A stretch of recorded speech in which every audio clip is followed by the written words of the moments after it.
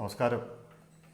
ഞങ്ങൾ ഇന്ന് രാവിലെ പോയിട്ട് വന്നതേ നമ്മുടെ പത്തനംതിട്ട ജില്ലയിലെ പന്തളത്തിനും അടൂരിനും ഇടയിലായിട്ടൊരു സ്ഥലമുണ്ട്, പറന്തൽ എന്ന് പറയുന്ന സ്ഥലം. ആ സ്ഥലത്ത് നിന്ന് നമ്മൾ പോയി കഴിഞ്ഞാൽ ആതിരമല ശിവക്ഷേത്രമുണ്ട്, ശിവപാർവതി ക്ഷേത്രമാണ്.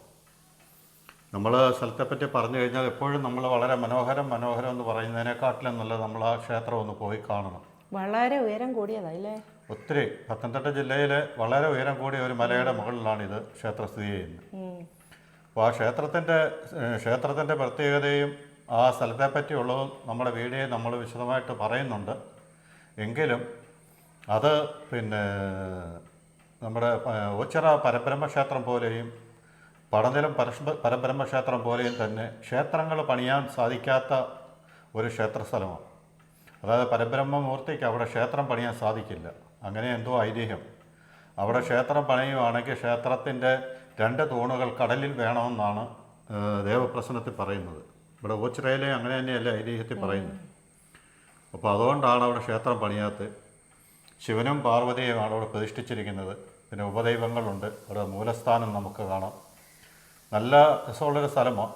അവിടെ നിന്ന് നോക്കിക്കഴിഞ്ഞാൽ ഇപ്പോഴുള്ളവർ പറയുന്ന നേരത്തെ വലിയ റബ്ബറൊന്നും ഇല്ലാത്ത സമയങ്ങളിൽ, തടസ്സങ്ങളൊന്നും വലുതില്ലാത്ത സമയത്ത് മുട്ടക്കുന്നായിരുന്നു.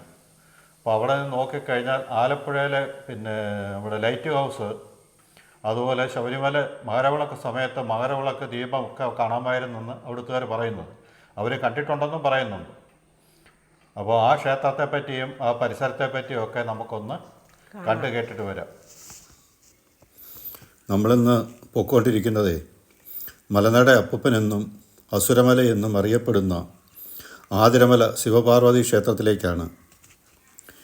ഇവിടം പണ്ട് കൊടും വനമായിരുന്ന സമയത്ത് നൂറ്റാണ്ടുകളായി മാറി മാറി വന്ന ആദിവാസി ഗോത്രങ്ങളുടെ കുലദൈവമായിരുന്നു മലനട അപ്പൂപ്പൻ. ആ ക്ഷേത്രത്തിലേക്ക് നമ്മൾ ഈ കാണുന്ന വഴി നമ്മൾ അടൂരിൽ നിന്നും പറന്തൽ വഴി വരുന്ന വഴിയാണ്. വഴി അല്പം മോശമാണ്, എങ്കിലും 2 വീലറിൽ വരുന്നതിന് കുഴപ്പമില്ല. ഇത് കണ്ടില്ലേ പറങ്കിപ്പഴം കിടക്കുന്നത്? ഇപ്പോഴത്തെ കുട്ടികൾക്കൊന്നും ഇത് എന്താണെന്ന് പോലും ചിലപ്പോൾ അറിയാൻ പറ്റത്തില്ല. ചിലവർക്കൊക്കെ അറിയാൻ പറ്റും. എന്നാലും ഇപ്പോഴത്തെ കുഞ്ഞുങ്ങളൊന്നും അത് കണ്ടിട്ടില്ല. അവർ ചോദിക്കും ഇത് എന്തുവാന്ന് ചോദിക്കും. അവർക്കൊന്നും അറിയത്തില്ല. ഈ കണ്ടോ, ആ കാണുന്ന പുഞ്ച കണ്ടോ, അത് കരിങ്ങാലിപ്പുഞ്ച. പടനിലം ക്ഷേത്രത്തിനടുത്തുള്ള പുഞ്ചയാണ്. ഇതിവിടെ നിന്ന് ഒരുപാട് ദൂരമല്ലേ? ഒത്തിരി ദൂരമുണ്ട്. അതായത് ഇപ്പോൾ നമുക്ക് ഈ ക്ഷേത്രത്തിൻ്റെ മലയുടെ ഉച്ചയിൽ നിന്ന് കഴിഞ്ഞാൽ 4 ജില്ലകൾ കാണാം. കൊല്ലം ജില്ല കാണാം, ആലപ്പുഴ ജില്ല കാണാം, കോട്ടയം ജില്ല കാണാം, പത്തനംതിട്ട ജില്ല കാണാം. ഈ ക്ഷേത്രം നിലകൊള്ളുന്നത് പത്തനംതിട്ട ജില്ലയിലാണ്. അപ്പോൾ നമ്മൾ ക്ഷേത്രത്തിലേക്ക് കയറിപ്പോകുന്ന ആ വഴിയുടെ ഓരങ്ങളിലൊക്കെ പറങ്കിമാവ് നിൽപ്പുണ്ട്. അതിൽ നിന്നും വീണ പറങ്കിപ്പഴം. അപ്പോൾ അതിപ്പോഴത്തെ കുഞ്ഞുങ്ങളൊക്കെ കണ്ടിട്ടില്ലല്ലോ, അവർക്കൊക്കെ ഇത് എന്തുവാന്ന് അറിയത്തില്ലല്ലോ. അതെ. നമ്മൾ ക്ഷേത്രത്തിൻ്റെ നടയിലേക്ക് എത്തുക. അപ്പോൾ ഈ ക്ഷേത്രത്തിലേക്ക് വരുന്ന ഭക്തർ ക്ഷേത്ര ദർശനത്തിനായിട്ടുള്ളവർ മാത്രമേ എത്താവൂ എന്ന് താഴെ തന്നെ ബോർഡ് വെച്ചിട്ടുണ്ട്. കാരണം ഇവിടെ ക്ഷേത്രത്തിൻ്റെയും കയറി വന്ന വഴിയിലും ഒക്കെ അവിടെ ക്യാമറ വെച്ചിട്ടുണ്ട്. നല്ല വ്രതശുദ്ധിയോടുകൂടിയും ഈശ്വരവിശ്വാസത്തോടുകൂടിയും ഭക്തിയോടും കൂടി മാത്രമേ ഇവിടെ എത്താവൂ. എണ്ണഛായാചിത്രമായതല്ലേ?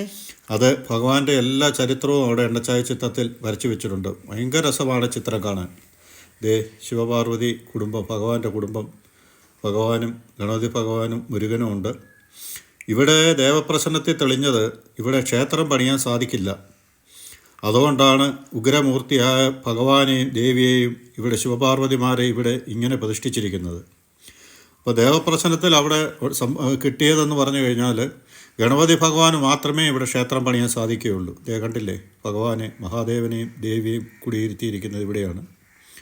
അവിടെ കന്യമൂലയ്ക്കായിട്ട് ഗണപതി ഭഗവാൻ ക്ഷേത്രമുണ്ട്. ഇതാണ് മൂലസ്ഥാനം. ഈ കാണുന്ന മൂലസ്ഥാനമാണ്. അപ്പോൾ ഈ മൂലസ്ഥാനത്ത് തൊഴുതിട്ട് മാത്രമേ നമ്മൾ അപ്പുറത്തോട്ട് ഭഗവാനെ തൊഴാൻ പോകാവൂ എന്നിവിടെ ബോർഡ് എഴുതി വെച്ചിട്ടുണ്ട്. അത് നമ്മുടെ ഹൈന്ദവ വിശ്വാസം അനുസരിച്ചുള്ള എന്തെങ്കിലും കാര്യങ്ങൾ അതിനകത്തുണ്ടാവും. ഇതാണ് മൂലസ്ഥാനം. ഇത് ക്ഷേത്രത്തിൻ്റെ വടക്കേ നടയാണ്. ഈ വടക്കേ നടയിലാണ് നമ്മൾ ഈ കാണുന്ന യക്ഷിക്കാവും നാഗത്തറയും. ഇത് കാവാണ്. ഇതാണ് നമ്മുടെ ആതിരമലയുടെ ഏറ്റവും ഉച്ചി എന്ന് പറയുന്ന സ്ഥലം. ഇതാണ്. ഇവിടെ നിന്ന് കഴിഞ്ഞാൽ നമുക്ക് 4 ജില്ല ഭംഗിയായിട്ട് കാണാൻ സാധിക്കും.